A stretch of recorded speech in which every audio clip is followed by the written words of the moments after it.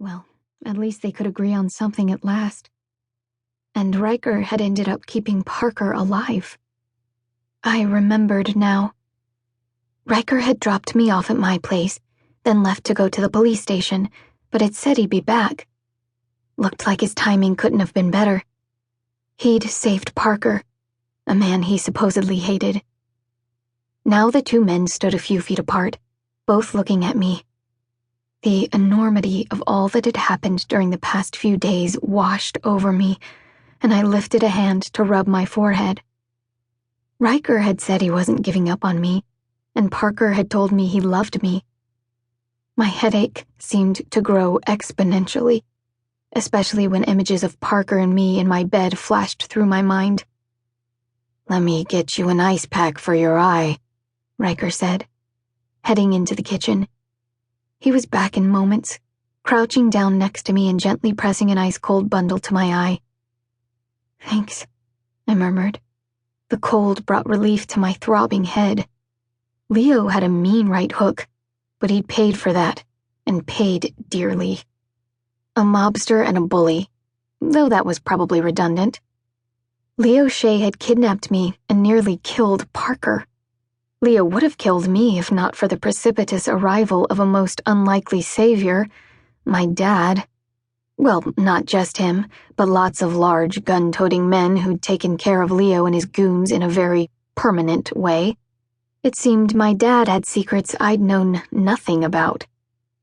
But I would wait until later to think about that because I had more pressing problems at the moment, in the form of two large alpha men staring at me as though waiting for something. "So, what now?"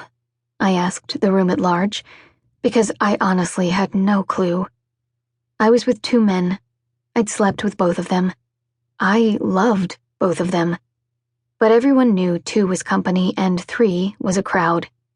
I just wasn't sure at this point if I wouldn't be the one tossed from the group. "You're exhausted," Ryker said. "You need rest." Sleep. Yes, sleep sounded really, really good. My whole body hurt, and my heart still ached from the beating it had taken over the past 24 hours. Before Leo had gotten involved and nearly killed Parker, I'd almost lost both him and Ryker to Victor, a crazy Russian mafia guy who'd made me watch while he tortured them. I shuddered, even now, as images of them both, bleeding and bruised, flitted through my mind. Taking my hand, Ryker pulled me to my feet to lead me from the room, but I put on the brakes. "What about you?" I asked Parker. "Are you leaving?" The anxiety that thought produced had my stomach turning itself into knots. He must have read my mind because he said, "Not if you don't want me to." He glanced at Ryker. "I'm sure Ryker won't mind me camping out on his couch tonight." "That's fine." Something passed between the two of them, but I was too tired to examine the tension in the air. Relieved that Parker wasn't leaving had me nodding. Good. Okay then. I let Ryker lead me to his bedroom. He sat me down and removed my shoes. I shucked my jeans and climbed underneath the covers. Ryker had on a pair of sweatpants and joined me, turning off the bedside lamp before pulling me into his arms. I settled against his chest with a sigh that felt soul deep and was asleep in moments. Screaming woke me.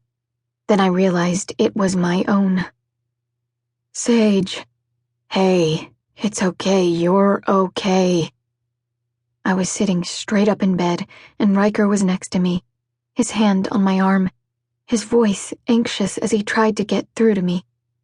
He'd turned the light on, but apparently even that hadn't been enough to break through to me. "Victor," I gasped. Images from my nightmare were still vivid inside my head. Images of him torturing and tormenting Parker and Ryker. The door flew open. "Sage," Parker said, standing in the doorway. His face was drawn in lines of worry as he looked at me. Instinctively, I reached for him. His hand was instantly in mine as he sat